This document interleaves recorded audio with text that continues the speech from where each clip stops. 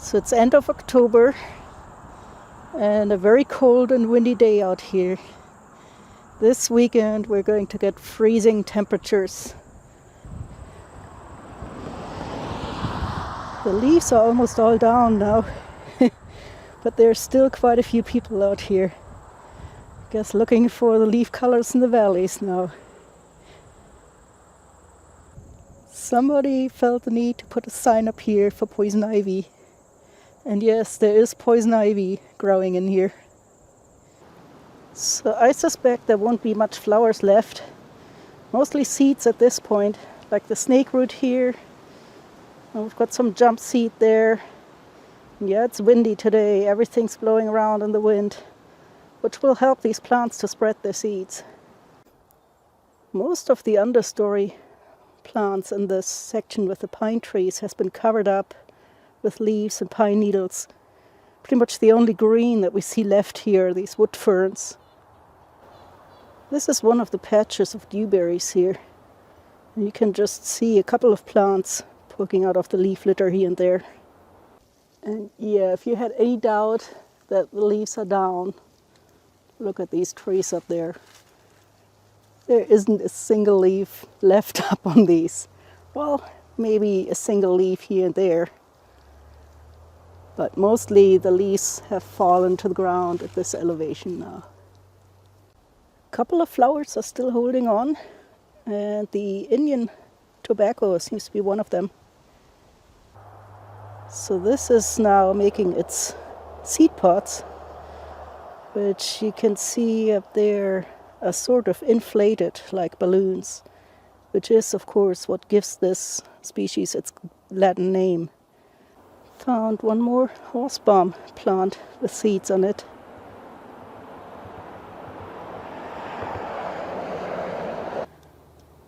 No more flowers on the goldenrods here either. They've all gone to seed. I'm not seeing any more of the asters, except for some of the foliage here and there. So they all seem to be done blooming. Some are still out here spreading their seeds. Some last blooms holding on here. Those leaves have been chewed up.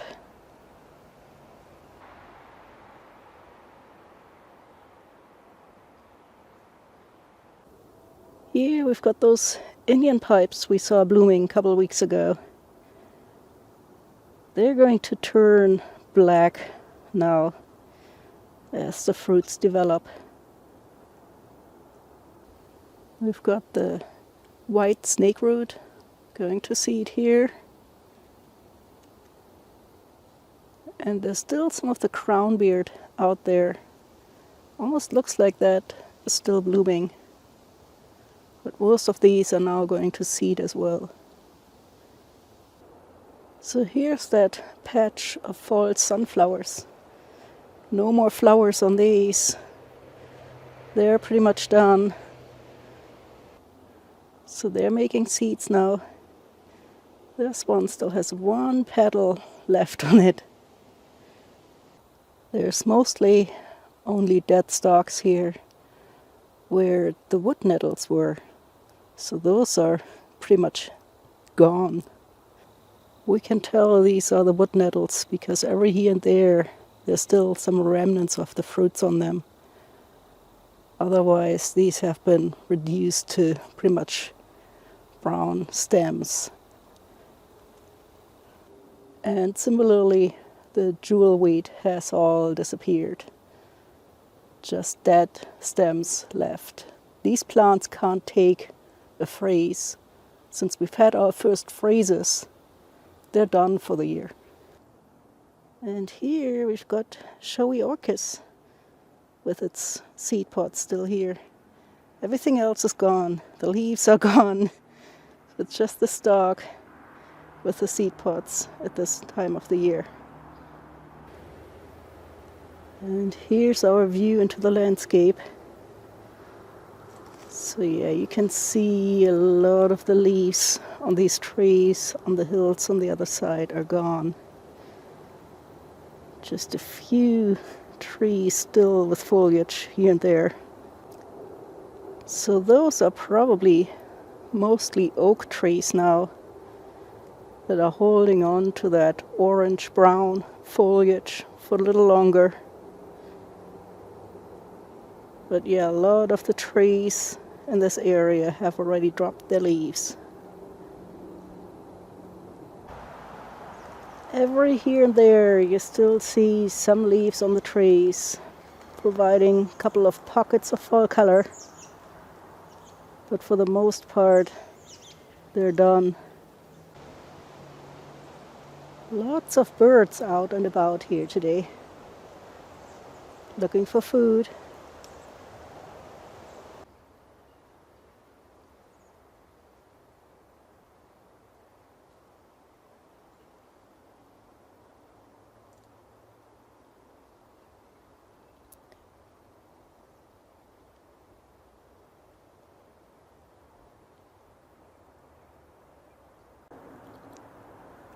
Most of the spice bush in the area has been picked clean of fruits. Here's one of the last few that I can still see up there.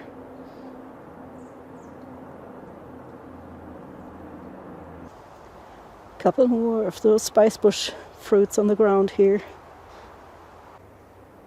Now some of the spice bush trees make these large round buds. I don't ever see these on trees that have fruits on them.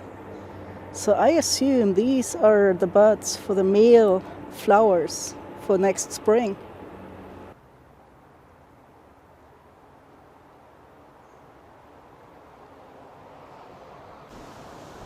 So yeah, here we are at the northern end of the trail. There's still some red leaves over there. That's the sourwood up there. You can tell from the fruits that are still in that tree that this is a sourwood. And yeah, just a few leaves left on the trees here. Mostly it's down now to the evergreens. Cutleaf coneflowers have all gone to seed, and so has the snakeroot. Now with the leaves down on the deciduous trees, means the evergreens are standing out even more, like the pine trees or the rhododendron. So that's Rose Bay rhododendron right here. The Christmas fern, of course, looks still lush and green. These leaves will stay through the winter. And we've got some American holly. Again, these leaves are evergreen, so you'll see these all winter. Now remember, in spring, one of the very first things we saw budding was golden ragwort. This is the leaves.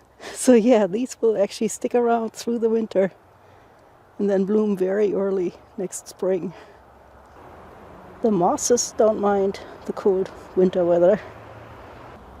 They're looking particularly lush after all the rain we've had the last couple of days.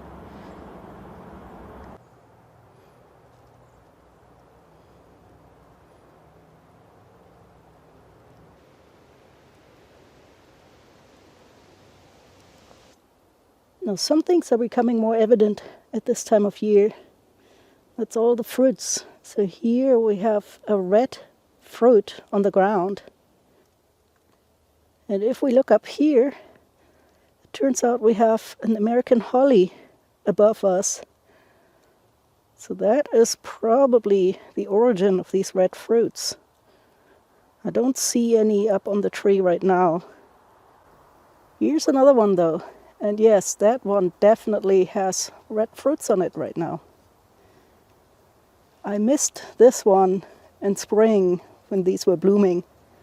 I didn't see the flowers, but obviously they were successful reproducing. So here we have another one of these hollies across the trail. If we look at this one closely, we do see some fruits on there. So yeah, you can see the red fruits in this tree. So that's a female. Hollies, like the spice bush, come in male and female trees. And more red berries here. Unfortunately, this is an invasive. That's the Japanese barberry. And here we've got some blueberries on the ground. Now, I have no idea what these are. Can't really find a tree or shrub in the vicinity that these came from. So yeah, those are some interesting fruits here. And again, not sure where these came from or what they are. They almost look like maybe some kind of wild grape, possibly. It appears that these are falling out of this tree. If we look at this closely, there's actually a vine climbing up into that tree. See that there? So yes, I believe those are actually some kind of wild grapes attached to that vine. Whatever they are, there's lots of them on the forest floor here, all sort of strewn around between the leaves. So this is very much the end of the growing season around here, with things shutting down for the winter. So that will probably be my last phenology hike for this year. So maybe I'll do it again next year, but maybe pick a different trail just to mix it up a little.